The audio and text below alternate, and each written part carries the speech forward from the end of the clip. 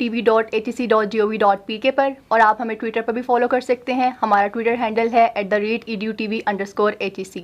नाज़रीन, space science का इल्म और इसकी तालीम आज के दौर की कभी ज़रूरत है।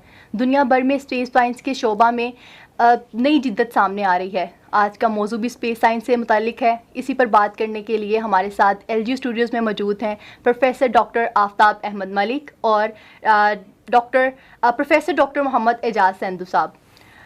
प्रोफेसर डॉक्टर आफ्ताब अहमद मलिक को आप बखूबी जानते हैं, किसी तारुफ के मोहताज नहीं हैं। इन्होंने अपनी यूनिवर्सिटी की जो डिग्री PhD की जो डिग्री है वो यूनिवर्सिटी ऑफ कैंट इंग्लैंड से हासिल की। इन्होंने MSc MPhil और LLB की डिग्री भी हासिल की हुई है। डॉक्टर साहब नेशनल रिसोर्स पर्सन HEC के तौर पर भी खदमात सर अंजाम दे रहे हैं, और इन्होंने मौजूदा दौर में लाहौर गैरिजन यूनिवर्सिटी में कंप्यूटर साइंसेज़ के प्रोफेसर हैं और ज़ेर तालीम बच्चों को तालीम से आरास्ता कर रहे हैं। इन्होंने एक किताब तफक्कुर रसूल सीरत नबी सल्लल्लाहु अलैहि वसल्लम पर भी तहरीर की है।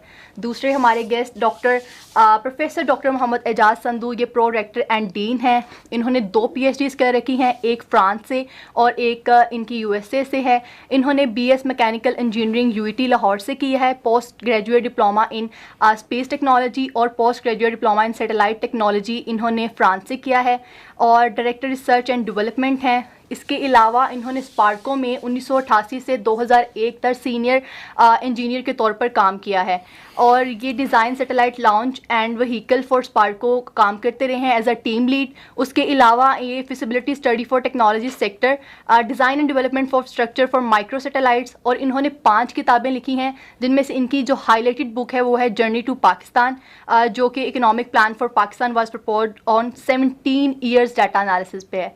अस्सलाम वालेकुम सर, कैसे हैं सर आप? बिल्कुल ठीक ठाक सर आफ्ताब, मैं आपसे पूछूंगी, जिस तरह हम प्रोग्राम डिस्कस कर रहे थे प्रोग्राम शुरू होने से पहले, तो आप कह रहे थे कि आपको बहुत फ़ख्र है डॉक्टर संधू साहब पे, उसकी क्या वजह हमें बताएं। मैंने 3-4 लोगों पे बहुत फ़ख्र है। एक तो डॉक्टर एजाज संधू साहब हैं, he is man of versatile genius and he is the only space scientist and also computer scientist, and he has done qualification in all the various fields, and that's why I am very proud, and because he has been my student। और मेरे पास एक PhD degree है, doctor साहब के पास 2 PhD की degrees हैं, वो भी US और फ्रांस से। तो I am proud of him. और दूसरे 2-3 लोग जो हैं वो हमारे साबिक वाइस चांसलर हैं, और फजल खालिद साहब हैं, UET के वाइस चांसलर, HEC के चेयरमैन रहे हैं, वो भी UET से थे, और एक आसन इकबाल साहब हैं जो हमारे इस वक्त सीनियर मिनिस्टर हैं, वो भी इनके साथी थे और UET से पढ़ के गए हैं। तो these figures are really these figures are my pride. Okay, ज़बरदस्त सर। सर, जो सबसे मेन जो चीज़ आपने PhDs वाली बताई वो वाकई हैरान कौन है कि 2 PhDs, वो भी एक फ्रांस से और एक USA से, बहुत मुतासिर कौन है। मैं भी बहुत इम्प्रेस हूँ सर इस बात से। तो और सर, जिस तरह से हम लोग हमारा हर फॉर्मेट ही इस तरह से होता है कि हम सबसे पहले अल्लाह का जिक्र करते हैं हमारे प्रोग्राम में। That's right. नाजरीन, मैं सबसे पहले आपको फॉर्मेट बता देता हूँ। Our format will be bilingual because the viewers from England and abroad and in European countries and Australia and US, they like somewhat English, and Pakistani viewers Urdu. So we'll be focusing on our material in both languages. Therefore, but one aspect of our format is, सबसे पहले हम प्यारे नबी सल्लल्लाहु अलैहि वसल्लम पे दुरूद शरीफ भेजते हैं in accordance with सूरा अल-अहज़ाब वर्स नंबर 56। इसमें अल्लाह ताला ने ख़ुद फरमाया है, मैं और मेरे फ़रिश्ते प्यारे नबी सल्लल्लाहु अलैहि वसल्लम पर दुरूद शरीफ भेजते हैं। ए ईमान वालों, आप भी प्यारे नबी सल्लल्लाहु अलैहि वसल्लम पे दुरूद शरीफ भेजें। इन्नल्लाह व मलाइकतहू युसल्लूना अलन नबी या अय्युहल्लज़ीना आमनू सल्लु अलैहि व सल्लिमू तस्लीमा। तो हम प्यारे नबी पे दुरूद शरीफ भेजते हैं। और इसके बाद हम मैं एक और वर्स बताना चाह रहा हूँ सूरत अर्रहमान की। तो उसमें अल्लाह ताला ने जिन्नों और इंसानों के ग्रुप्स के लिए फरमाया है, अगर आप ज़मीन की बाउंड्रीज से बाहर निकल जाते हैं, ये जब कुरान का नुज़ूल हुआ है उसमें लोगों को नहीं पता था कि लोग स्पेस में जा सकते हैं कि नहीं। तो ये आयत जो है वर्स नंबर 33 सूरह अर-रहमान, इसमें एक लफ्ज़ एंड ऑफ द वर्स पे आया है अल सुल्तान। सुल्तान means tremendous amount of force. Allah ने फरमाया अगर आपके पास ट्रिमेंडस अमाउंट ऑफ फोर्स है, जैसे रॉकेट्स के अंदर हम ट्रिमेंडस ऑफ अमाउंट क्रिएट करते हैं तो that it goes out of the boundaries of the earth, तो इसी तरह आप क्रिएट कर लें, then you will be able to go out of the corners of the earth. तो दैट्स इट। इसके बाद मैं जो इंग्लिश ट्रांसलेशन है नाजरीन आपके सामने है, आप कॉपी भी कर सकते हैं मेरी स्लाइड्स, और स्लाइड्स का भी कॉपी कर सकते हैं, सारा प्रोग्राम भी कॉपी कर सकते हैं। बाद में आपके पास वो HEC के प्लेटफॉर्म पे भी आ जाएगा। इसका वो इंग्लिश ट्रांसलेशन में जो आखिरी लफ्ज़ अल सुल्तान का ट्रांसलेशन है उसको उलमा इकराम ने इंग्लिश में बताया extra ordinary power. That's it. Sir, जिस तरह हमने स्लाइड्स में आपने वर्ड्स बताई, उसके बाद एक सबसे पहला सवाल ये बनता है हमारा, जिस तरह टॉपिक है स्पेस साइंस से रिलेटेड, तो हमें सबसे पहले बताएं ये स्पेस साइंस है क्या, ये है मतलब बेसिकली इसका मकसद ही क्या था, और अभी भी what is space science and course of space sciences. जी बिस्मिल्लाहिर्रहमानिर्रहीम। स्पेस साइंस और स्पेस टेक्नोलॉजी दो चीज़ें हैं। जो हम व्हीकल यूज़ करते हैं स्पेस में जाने के लिए वो टेक्नोलॉजी है, और साइंस जो एस्ट्रोनॉटिकल और एस्ट्रोफिज़िक्स है, एस्ट्रोनॉमी वगैरह, वो स्पेस साइंसेस में आ जाती है। सही। सो टेक्नोलॉजी और साइंस दोनों का ये मिक्सचर है।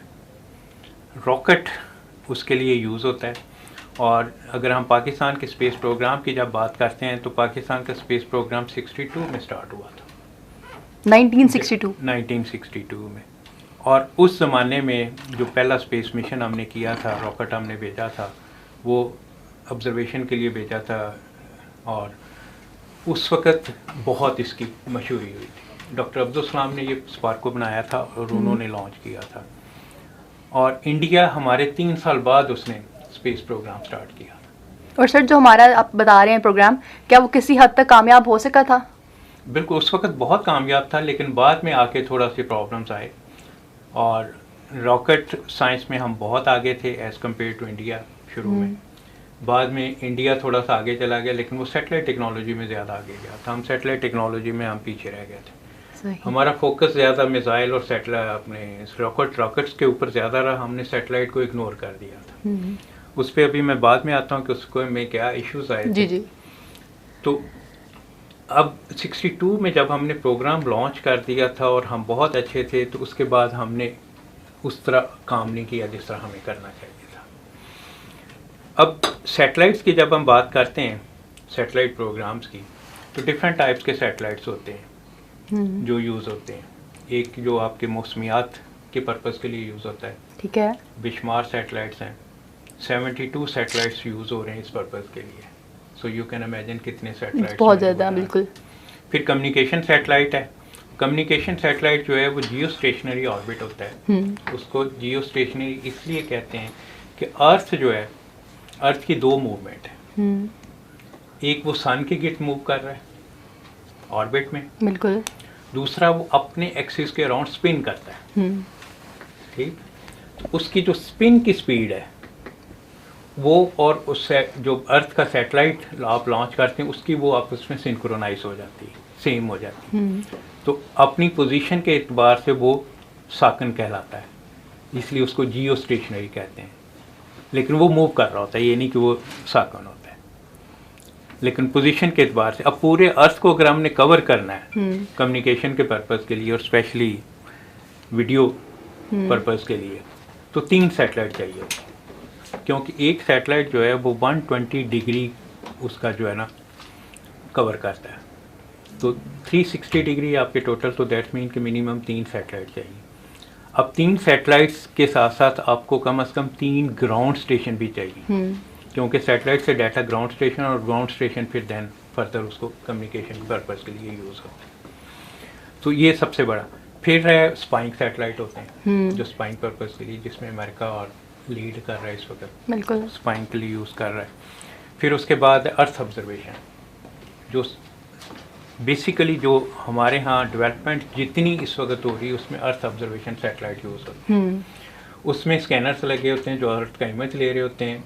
अब फॉर एग्जांपल पाकिस्तान में इस वक्त कितनी मादनी आते हैं, ये सैटेलाइट के थ्रू पता चल जाता है और कहाँ कहाँ है, ग्राउंड लेवल के टेम्परेचर्स क्या हैं, पहाड़ों के अंदर क्या है, ज़मीन में एंड तक क्या है। थर्मो सेंसर्स भी होते हैं। आपको for example Osama bin Laden अगर हम इंसिडेंट देखें तो उस वक्त उन्होंने सैटेलाइट जो लॉन्च किया था उसकी एक्यूरेसी थी ±2 मिलीमीटर, और साथ साथ वो जो है ना ह्यूमन बॉडी का जो स्केलेटन है और वो उसमें आ जाता था सारा। तो उसकी हाइट 6 फुट 3 इंच थी।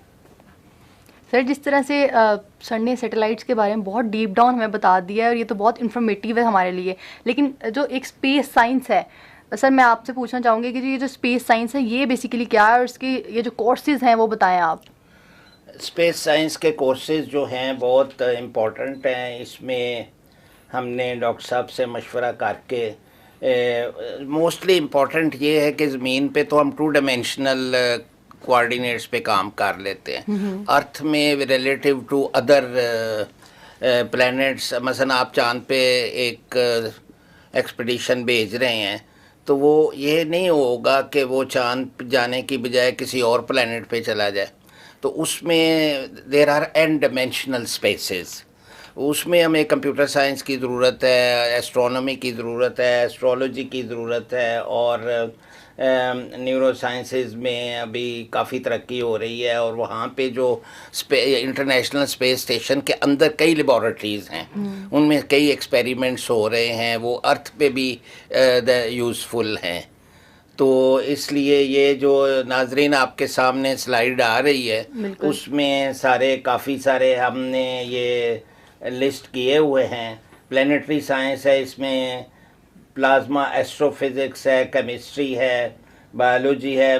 Most important is the telecommunication, computer science और ये कंप्यूटेशनल एस्ट्रोफिज़िक्स।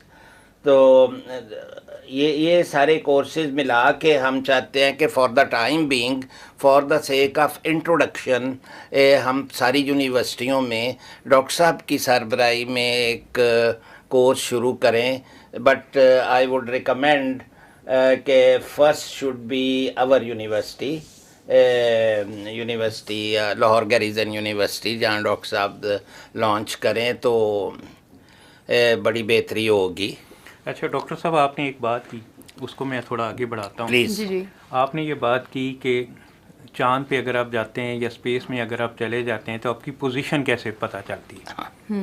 ये बड़ी इंपॉर्टेंट चीज़ है कि आल्टीट्यूड आपका क्या है, रेफरेंस सिस्टम, चांद से आप कितना दूर हैं, अर्थ से कितना दूर हैं, किस तरह मेजरमेंट पता लगे।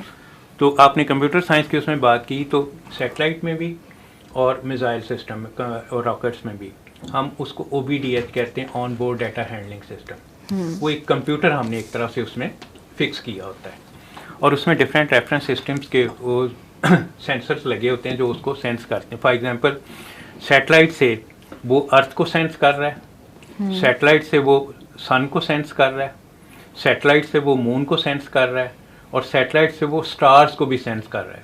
जैसे रात के वक्त अगर हम चलते हैं तो 7 स्टार का जो सिस्टम है, नॉर्थ स्टार जिसको हम कहते हैं, बिल्कुल, तो वो इन तमाम को की कम्बिनेशन से वो अपनी पोजीशन फाइंड की जाती है कि इस वक्त सैटेलाइट की पोजीशन क्या है, कितने आल्टीट्यूड पे है और कहाँ वो प्लेस कर रहा है।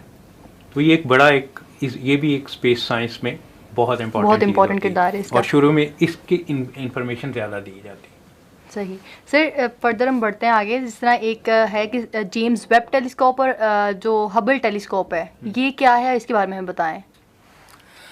ये 2 टेलीस्कोप्स का मैं पासिंग रिमार्क्स देना चाह रहा हूँ। एक James Webb space technology 1 crore miles के फासले पे अभी काम कर रही है। 6 हमारे लेग्रांजियन पॉइंट्स हैं स्पेस में। वो एक लेग्रांजियन पॉइंट L2 पे उसके ऑर्बिट से ऑर्बिटिंग कर रहा है जेम्स वेब, और इट इज़ फोकसिंग उस पे। ये भी एक फैसिलिटी है कि अल्ट्रा वायलेट वेव्स को भी वो उसके अंदर सोने के ये पतरे जो आपको येलो नज़र आ रहे हैं नाजरीन मेरी स्लाइड में, उसके ये सोने के पतरे हैं, और ये बहुत बड़ी टेलीस्कोप है, और which is orbiting and sending information even 700 million years before जो डाटा है उसको भी कैप्चर करके ज़मीन पे सेंड कर रही है। और दूसरी हबल टेलीस्कोप है, it's orbiting 15 orbits per day के हिसाब से, जैसे डॉक्टर साहब ने फरमाया अर्थ के ऑर्बिट के से वो मूव कर रही है, और ये that's very useful. Hubble telescope is at a distance of रफली 320 माइल्स के ऊपर 515 किलोमीटर के ऊपर ऑर्बिट अर्थ से कर रही है। तो it's providing very many information. कुछ इंफॉर्मेशन डॉक्टर साहब ने फरमाई है वो भी इकट्ठी कर रही है, और मसलन हमारे यहाँ सैलाब आ रहा है तो उसकी इंफॉर्मेशन भी किस तरफ से सैलाब आ रहा है, नेचुरल डिज़ास्टर्स कहाँ पे आ रहे हैं, तो नेचुरल डिज़ास्टर्स की भी इंफॉर्मेशन और किस स्पीड के साथ वो आगे बढ़ेगा, तो वी कैन मेक प्लानिंग। अच्छा डॉक्टर साहब, आपने 15 ऑर्बिट्स की बात की तो इसमें भी मैं थोड़ा सा फर्दर एक्सप्लेन प्लीज वेलकम। जो हमने कहा था कि अर्थ सैटेलाइट जो है ना डिफरेंट पोजीशंस पे लॉन्च किए जाते हैं, बिल्कुल, और वो 200 किलोमीटर से स्टार्ट होते हैं और 35,786 किलोमीटर जो जियो स्टेशनरी सैटेलाइट्स है। अब जब लॉन्चर जो है वो इतनी दूर नहीं जाता, ठीक है, वो उसने 200 किलोमीटर पे उसको जो है ना पार करना होता है, उसके बाद फिर वो प्रोसेस होता है। अब वो ऑर्बिट 3 टाइप्स के हैं, एक सर्कुलर ऑर्बिट है जो जियो स्टेशनरी की जब हम बात कर रहे थे तो वो सर्कुलर ऑर्बिट है, ठीक है, एक पैराबोलिक है। तो अब जब हमने ट्रांसफ़र करना होता है तो पैराबोलिक में हम उसको लॉन्च कर देते हैं। तो पैराबोलिक का ये होता है कि अर्थ के करीब वाला 200 किलोमीटर होता है, अर्थ से दूर वाला 12,000 किलोमीटर होता है। अब वो एक दफ़ा अर्थ के करीब आता है, एक दफ़ा अर्थ से दूर चला जाता है। तो एक दफ़ा उसकी स्पीड बढ़ती है और दूसरी दफ़ा उसकी स्पीड कम होती है। उस वजह से उसकी लाइफ कम हो जाती है। सही। तो पाकिस्तान ने भी जो बदरवन पहला लॉन्च किया था वो 200 से 1200 किलोमीटर, वो तो आपके दौर में हुआ था। बिल्कुल। तो उसकी स्पीड वेरिएशन, और उसमें कंट्रोल सिस्टम भी नहीं था। अब कंट्रोल सिस्टम ना होने की वजह से अर्थ की जो अट्रैक्टिव फोर्सेस हैं वो ऑटोमेटिकली उस पर अफेक्ट कर रही होती हैं। तो with the passage of time वो अपनी मदार से बाहर चला जाता है और डिस्ट्रॉय हो जाता है। हमारा जो डॉक्टर साहब हमारा जो मल्टी अभी उस पर भी डिस्कशन डॉक्टर साहब करेंगे। MM1 है मल्टी मिशन कम्युनिकेशन सैटेलाइट, वो 35,786 786 उसके एंड पे आ रहे तो उतने माइल्स पे अर्थ के राउंड ऑर्बिट कर रहा है, और वो उस पे अभी बात करेंगे। सर उस पर बाद में बात करते हैं, अभी आगे फर्दर बड़ा लंबा प्रोग्राम चलने वाला है क्योंकि दो लेजेंड्स बैठे हो हमारे पास और इतने टैलेंटेड, हमें इंफॉर्मेशन की भरपूर ज़रूरत है हमारी स्पेस साइंस से, लोगों को नहीं पता होता। सर आप बताएं मुझे कि जो हाईलाइट पाकिस्तान स्पेस प्रोग्राम है ये क्या है? मैंने शुरू में बताया था कि पाकिस्तान ने शुरू में जब लॉन्च किया था 62 में बिल्कुल 62 में स्पेस प्रोग्राम लॉन्च हुआ था। रॉकेट्स उस वक्त हमने लॉन्च किए थे और with the passage of time इसमें फर्दर बढ़ते गए और मिसाइल प्रोग्राम भी इसी में से निकला था। हतफ सीरीज़ थी, हतफ 1, हतफ 2, हतफ 5, हतफ 7, शाहीन मिसाइल, बाबर, गौरी, ये मुख्तलिफ नाम हमने रखे थे मिसाइल सिस्टम्स के, और रॉकेट्स के भी इसी तरह मुख्तलिफ नाम थे। तो अभी जो एक लास्ट में जो मैं डिज़ाइन करके लेके आया था स्पार्को में, वो सैटेलाइट लॉन्च व्हीकल था, SLV उसको हम कहते हैं। ठीक है। सैटेलाइट लॉन्च व्हीकल जब मैं डिज़ाइन कर रहा था तो एक बड़ी इंटरेस्टिंग चीज़ हुई थी कि उसको नोज़ जो होती है जिसमें सैटेलाइट रखा जाता है उसको हम फिरोल कहते हैं। फिरोल। अब उसको एक तरह से सिलाई होती है, रिवटिंग भी होती है और सिलाई भी होती है। उसके लिए एक डेटोनेटिंग कार्ड, क्योंकि उसने ओपन होना होता है स्पेस में जाके, फिर सैटेलाइट ने बाहर आना होता है। सही। तो डेटोनेटिंग कार्ड उसके लिए यूज़ होती है। तो मेरी आदत थी कि मैं जब कोई चीज़ डिज़ाइन करता था तो मैं हमेशा स्टोर में जाके देखता था कि क्या क्या कुछ पड़ा हुआ है। तो स्टोर का सारा रिकॉर्ड हमने कंप्यूटराइज किया हुआ था। तो मेरा दोस्त ही था स्टोर, उसको मैंने कहा कि ये मुझे ज़रा चेक करके बताओ कि ये मौजूद है कि नहीं है। उसने मुझे बताया कि जी मौजूद है और ये 63 में ख़रीदी गई थी। एंड आई वॉज शॉक्ड कि दैट्स मीन कि जब जब पाकिस्तान का स्पेस प्रोग्राम स्टार्ट किया गया उसी वक्त ही प्लान था कि सैटेलाइट लॉन्च करना है। तभी वो डेटोनेटिंग कार्ड, और उस टाइम पे उन्होंने 500 मीटर खरीदी। यही वजह कि हमने जो अभी लॉन्चिंग की है वो चाइना से जाके की है। वही मैं भी पूछने वाली थी कि ये जो पाकिस्तान और चाइना का कंट्रीब्यूशन है रिगार्डिंग iCube सीरीज और MMI और ये रिले स्टेशन वगैरह, इसके बारे में बताएं। ये क्या है? iCube हमारा जो है पहला जो है वो रशिया से लॉन्च हुआ था। अभी MMI जो है MM1 मल्टी मिशन जो है वो चाइना से लॉन्च किया गया सर। हमने ज़्यादातर चाइना से, रशिया से हमने सिर्फ एक ही लॉन्च करवाया था। ज़्यादातर रशिया में खुद भी गया था उस वक्त लॉन्च के लिए जी, और तकरीबन 21 डेज़ वहाँ पे हम स्टे किया था और उनके साथ काम किए थे। और सो बेसिकली लॉन्चिंग सिस्टम जो मैं वो बता रहा था कि वो आपने रॉकेट डिज़ाइन करना होता है जिसने लॉन्च करना होता है। उसमें दो तरह की मोटर होती है, सॉलिड फ्यूल होती है और लिक्विड फ्यूल होती है। जो सॉलिड फ्यूल है, हम पाकिस्तान इसमें बहुत आगे, हम शुरू से सॉलिड, इंडिया लिक्विड फ्यूल में ज़्यादा काम, उनका सॉलिड में नहीं है। ठीक है। तो हमें मिसाइल के पॉइंट ऑफ व्यू से एक इन्फॉर्मेशन मैं दे देता हूँ आपको जो कि बड़ी इंपॉर्टेंट है, क्योंकि हमारा सॉलिड फ्यूल है। तो सॉलिड फ्यूल एक दफ़ा जब बर्निंग स्टार्ट हो जाती है तो उसको दरमियान में नहीं रोका जा सकता और उसकी स्पीड ज़्यादा होती है, से 11 किलोमीटर पर सेकेंड है। 11 किलोमीटर पर सेकेंड, ये तो बहुत तेज़ है। सेकेंड्स में जाता है। तो अब फॉर एग्जांपल आपने 1800 किलोमीटर जाना है तो वो 4 to 5 मिनट्स में पहुँच ऐसे बिल्कुल। हाँ, जो आपके लिक्विड हैं, गौरी है जैसे हमारा इंडिया के पास, क्योंकि लिक्विड टेक्नोलॉजी ज़्यादा है, तो उसकी मैं अक्सर एग्जांपल देता हूँ कि सर्दियों में अगर आपकी गाड़ी डीजल है तो उसको आपने स्टार्ट करना है तो हीटर देने पड़ते हैं, बिल्कुल तो टाइम लगता है। तो उसकी प्रिपरेशन का 1 घंटा होता है। 1 घंटा आपने पहले से प्रिपरेशन करनी होती है, फिर आप लॉन्च करते हैं। जबकि जो सॉलिड फ्यूल है वो आपका रेडी होता है, लॉन्चर के ऊपर रेडी होता है, आपने जस्ट गो हेड देना, उसने लॉन्च हो जाना और 5 से 10 मिनट में उसने अपने टारगेट पे पहुंच जाना। सही। डॉक्टर साहब कुछ हमें बताएं पाक सेट 1R के बारे में भी। Communication satellite, communication satellite programs तो हमारे बहुत पुराने थे और हमारे काफ़ी सारे हमने ऑर्बिट्स लिए हुए थे। इंटरनेशनल स्पेस एजेंसी से ऑर्बिट खरीदे जाते हैं और हमारे काफ़ी सारे ज़ाया भी हुए थे।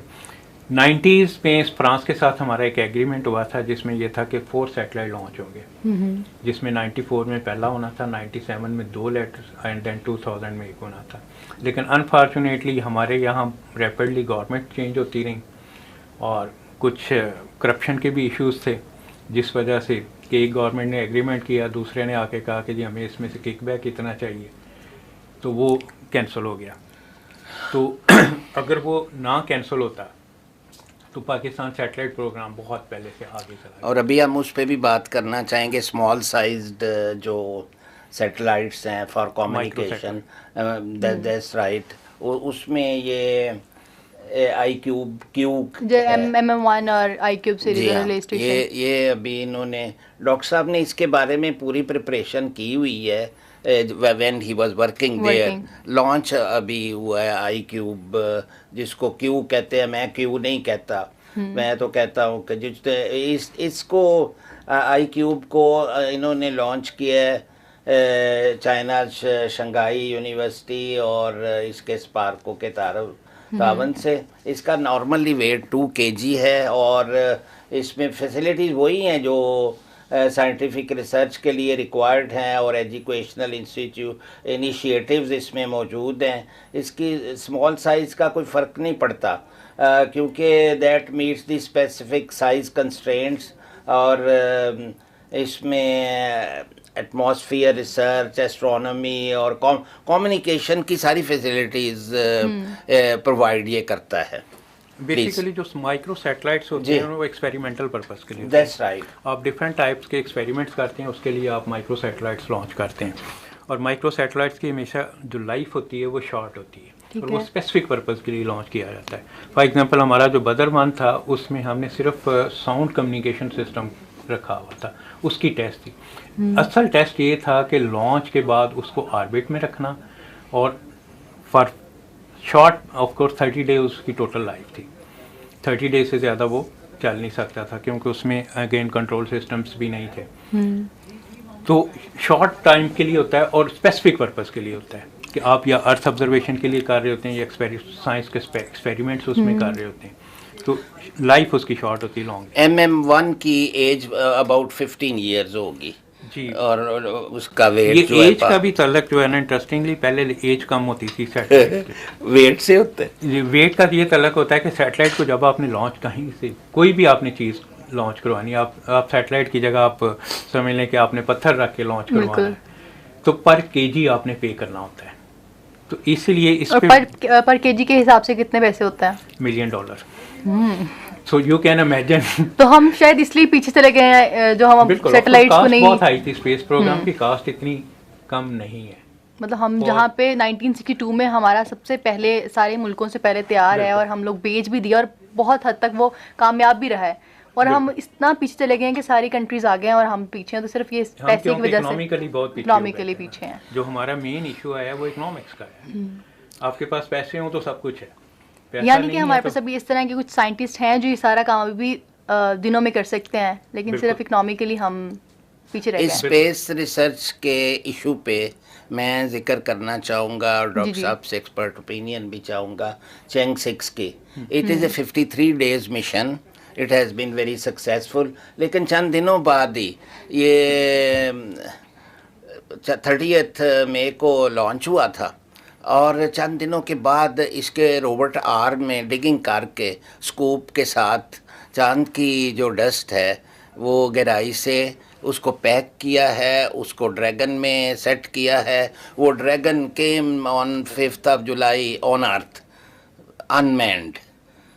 इट्स 1.95 पॉइंट समथिंग, जिसको मैं 2 किलोमीटर Yes, डस्ट 2 किलोमीटर आप कह रहे डॉक्टर साहब 2 प्लीज। किलोग्राम। हाँ 2 किलोग्राम 2 किलोग्राम 2 का- सर, किलोग्राम। इसको जरा वजाहत कीजिएगा जो सर बता रहे हैं जी, सारी बिल्कुल। इन्फॉर्मेशन। बिल्कुल, ये भी क्योंकि जैसे मैंने कहा था ना कि जो माइक्रो होता है वो स्पेसिफिक पर्पस के लिए हम लॉन्च करते हैं और बिल्कुल। एक्सपेरिमेंटल होता है, तो ये भी एक स्मॉल था और इसका पर्पस यही था कि वहाँ पे जाके सर्टेन एक्सपेरिमेंट, और इसमें जो मेन चीज़ थी कि पहले जितने भी मून मिशन हुए थे वो एक एंड पे हुए थे, इसको उसके फार एंड पे, फॉर Southern एग्जांपल pole तो पे। ये वेस्टर्न एंड पे गया, ठीक है, पहले अगर नॉर्थ पे तो ये साउथ साउथ पे गया, बिल्कुल। तो पूरा एक तरह से सन कवर हो गया, मून कवर मून कवर हो sorry। गया। वो मून पूरा की कवर हो गया। उसके बाद वहां back से side। ये उसकी जो मट्टी थी वो निकाल के लेके आया ठीक है। ताकि उसके ऊपर स्टडी की जाए कि वो उसकी सरफेस किस तरह की।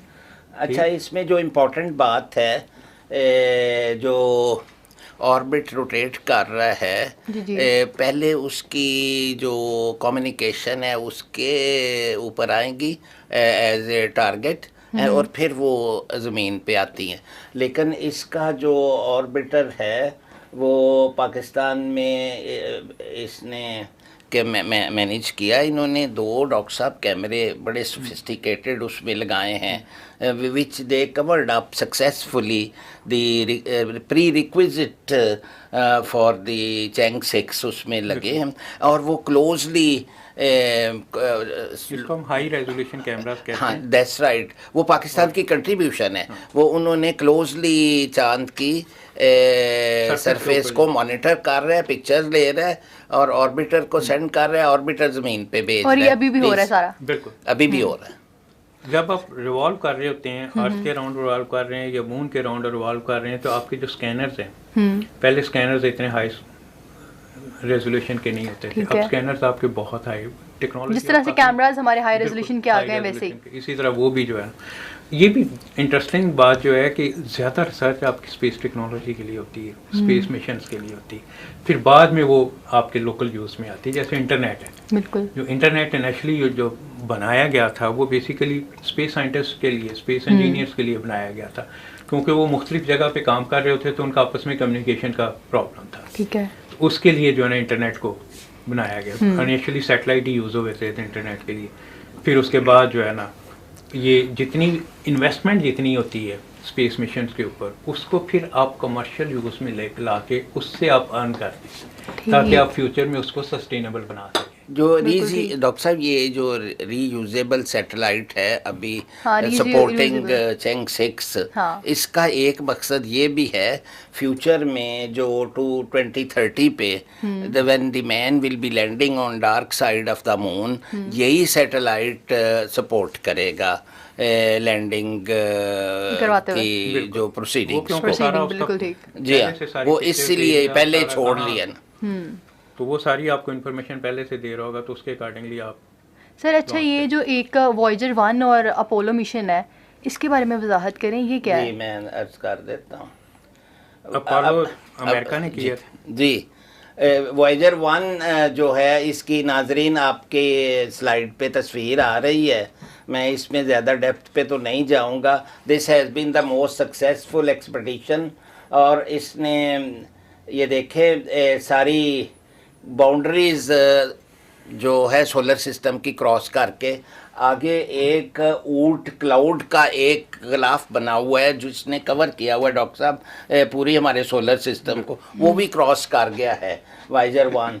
और मैं वॉयेजर 1 के बारे में एक इम्पॉर्टेंट बात जो ऊट क्लाउड के बाद ये अर्ज करना चाहता हूँ कि इस वक्त ये ज़मीन से 5.28 बिलियन माइल्स दूर है वॉयेजर 1, और फिर भी आगे निकल गया है, और इस वक्त सूरज से ये 14.592 बिलियन माइल सन से दूर है। लेकिन कुछ दिन पहले इसकी कम्युनिकेशन बंद हो गई थी, again it is restored doctor साहब। तो वॉयेजर 1 के बारे में एक और स्लाइड है which I am not speaking on this slide for the so that the time can be saved. आप इसको बाद में नाजरीन देख लीजिए, अभी डिस्प्ले हो रही है स्क्रीन पे। और ये एक और इसका बड़ा कमाल है कि इसने द एंटायर सोलर सिस्टम की एक फैमिली पिक्चर लेके हमें भेजी है। That's very good. और उसके बाद फिर और आगे निकल गया है। तो as far as Apollo missions, मैं उनकी डिटेल में नहीं जाऊंगा। अपोलो मिशंस में जो शुरू में तो हमारे कई एस्ट्रोनॉट्स खला में गुम हो गए, कुछ खला में उनको एक्सीडेंट हो गया, फौत हो गए। और अपोलो 11 जो 20 जुलाई 1961 को भेजा गया था, तो वो successfully landed on the moon. और अपोलो 12 को भी ट्रेजेडी हो गई। अपोलो 11 जो था वो सक्सेसफुल था। Second successful human landing was from 1969 from by Apollo 12। तो अपोलो 13 भी दे फेल्ड एक्चुअली, तो इसके बारे में हम ज़्यादा डिटेल नहीं। कमांडर जेम्स और other people were all spoiled their life. And अभी एक और डॉक्टर साहब अभी फरमा रहे थे, एक फैसिलिटी हमें चाहिए होती है कि एक ड्रैगन हो या शटल हो जो एस्ट्रोनॉट्स को लेके जाए स्पेस इंटरनेशनल स्पेस स्टेशन पे, उसके साथ इंटरफेस करे और दोबारा वापस लेके आए। उसके लिए एक शटल यूज़ होती रही है बहुत साल। It's like solid rocket booster है, रॉकेट के साथ उसको अटैच करके तो भेजा जाता है। अटलांटिस है जिसने काफ़ी ज़्यादा 30 ईयर्स सर्व किया है। और नाजरीन इस वक्त आपके पास अटलांटिस की एक तस्वीर नज़र आ रही है, आप देख सकते हैं। It works like a rocket, it works like aeroplane, just like aeroplane, looks like aeroplane but it travels. उसको रॉकेट से किया जाता है और फिर वापस वो। बिल्कुल डॉक्टर साहब ठीक फरमा रहे हैं। सर यहीं पे मुझे बताइए कि शटल, डिस्कवरी स्पेस एक्स और ये जो बोइंग स्टारलाइनर है, इसके बारे में वजाहत करें, इनका क्या किरदार है? ये अभी मैं बताने लगा हूँ वेरी ब्रीफली। डिस्कवरी और जो स्पेस एक्स है, वो डिस्कवरी ने तो 1984 से 2012 तक काम किया है। 150 मिलियन किलोमीटर का सफ़र किया है। और इसका इंजन माल फंक्शनिंग हो गया था due to loss of liquid oxygen, और वो फिर डिसकंटिन्यू कर दिया ऑक्सीडाइज़र जो था। और स्पेस एक्स और स्टार लाइनर में अभी प्रॉब्लम चल रहा है। अभी जो हमारे दो जो हैं एस्ट्रोनॉट्स गए हैं रिसेंटली, वेरी रिसेंटली, वो स्टक हो गए हैं स्पेस में। सर एक तो फीमेल है उनमें से। उनमें से एक सोनिया विलियम्स हैं, कभी वो अपना नाम रख लेती है, हाँ, बिल्कुल नाम सुनीता change कर लेती हैं, विलियम, हाँ। और वो she is Indian, she is holding very high qualification. वो सर वो 2 दफा पहले भी जा चुकी दो हैं। दफ़ा पहले जा चुकी, अभी तीसरी दफ़ा गई हैं। 320 days she has spent in space. International space का कोने कोना वो जानती हैं। अभी जो स्टार लाइनर लेके गई हैं, वो she is the first lady to, I am not prejudice with Indians, वो उसने ड्राइव किया है। अभी वो स्टक हो गई हैं। There is a controversy between the Starliner Boeing and SpaceX. और सर कितने रोज हो गए उन्हें अभी ये स्टक सारे हुए जो वहाँ है पे? ना स्पेस मिशंस कहलाते हैं। ठीक है। और आपने वहाँ पे बेसिकली एक व्हीकल लॉन्च किया होता है जहाँ पे जाके इन्होंने एक्सपेरिमेंट्स करने होते हैं। ठीक है। एस्ट्रोनॉट्स जाते हैं, उसमें लैब है, उसको हम स्पेस लैब कहते हैं, जिसको आप ठीक है। स्पेस एक्स भी कह रहे हैं, जी, मुख्तलिफ जी। नाम दिए हुए। तो उस लैब में जाके ये एक्सपेरिमेंट्स करते हैं ठीक है। डिफरेंट, और फिर वो वापस आ जाते हैं। हमें सही। फ्रांस में एस्ट्रोनॉट्स ने पढ़ाया भी था। हाँ। डॉक्टर साहब, ये सुनीता विलियम जब अभी गई है, फर्स्ट शी डांस्ड, ये थर्ड टाइम जा रही है, शी वॉज वेरी हैप्पी। लेकिन जाते ही वहाँ पे उसने ये अब जाने से पहले भी कुछ चीज़ें होती हैं, अच्छा। क्योंकि जीरो ग्रेविटी होती है। हाँ जी, तो एक लैब बनाई गई है जहाँ पे इनके सारे टेस्ट होते हैं, और प्रैक्टिसेस भी होती होंगी। प्रैक्टिसेस भी होती हैं। उसके बगैर आप कभी भी लॉन्चर में नहीं डालते हैं। एक जो और सारे टेस्ट डॉक्टर पास साहब, करते हैं। एक्सक्यूज मी डॉक्टर साहब, ये सुनीता विलियम ने एक और भी रिसर्च की है। उधर कुछ कीड़े पड़ गए हैं जिसको मैं कहता हूँ सुपर बग्स, ये इसने फाइंड आउट किए हैं, और वो डॉक्टर साहब किसी भी इनकी स्प्रे से ख़त्म नहीं हो रहे। और वो दूसरी बात ये है कि इसको किडनी की भी तकलीफ हो गई है, और Sunita Sunita time and William, again जब आप जाएंगे जीरो ग्रेविटी में बिल्कुल। तो प्रॉब्लम्स तो आते हैं। और दूसरा भी इनके साथी जो है वो भी बीमार है, लेकिन उनकी रिटर्न जो है 2-3 दफ़ा पोस्टपोन हुई है अभी। आपने कीड़ों की बात की, तो बेसिकली तो हमने स्पेस को पोल्यूट किया हुआ है। जी बिल्कुल। जो थाउजेंड्स ऑफ सैटेलाइट्स लॉन्च हुए और उनकी लाइफ ख़त्म हो गई, तो वो स्पेस में ही फिर रहे हैं बिल्कुल डेब्रिस ऐसे के ही है। तौर पे। इसी तरह ये ह्यूमन मिशन जितने होते हैं स्पेस में जाते हैं, तो आपकी जितनी वेस्ट है वो भी एज अ डेब्री स्पेस में घूम फिर रही है। बिल्कुल तो ऐसे ही है। उसमें से कीड़े नहीं निकलने तो और क्या होना है। ये सुपर जो बग्स हैं, they are infecting the respiratory system and kidneys and other organs of the body. ये पर्टिकुलर ये दोनों अभी उधर स्पेस स्टेशन पे अभी कैद हो गए। इट्स नॉट इजी स्पेस एक मिशन। और मैं जिक्र करना चाहूँगा, जी जी सर। जो रिनाउंड साइंटिस्ट हैं, वो उन्होंने पीएचडी अर्न की है, बैचलर ऑफ एरोस्पेस हैं, वो भी इंडियन थी। उन्हें भी बड़ा चाव था और वो सक्सेसफुल हुई, और वो जो due to damage to Columbia, she along with other 6 crew members she died. This was a big loss. Then अच्छा, ये जो डिज़ास्टर्स होते हैं ना, ये भी बड़े इंटरेस्टिंग है।